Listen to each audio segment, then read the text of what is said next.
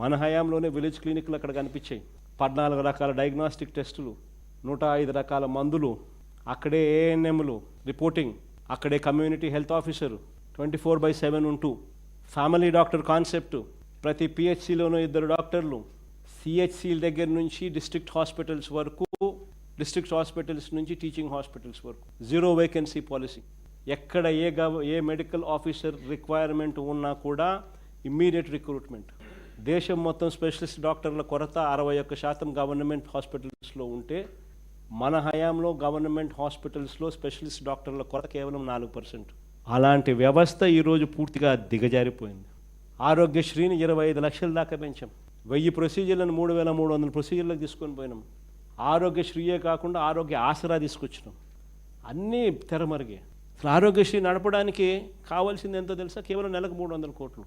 ఈ 16 నెలలకు గాను 300 ఇంటూ ఈ 16 నెలలు అంటే దాదాపుగా 4800 కోట్లు. ఈ పెద్ద మనిషి ఇచ్చింది ఎంత తెలుసా? 1000 కోట్లు. ఇలా దాదాపుగా 3800 కోట్లు పెండింగ్ పెట్టేసరికి మొత్తం నెట్వర్క్ హాస్పిటల్స్ బోర్డు తిప్పేసినాయి.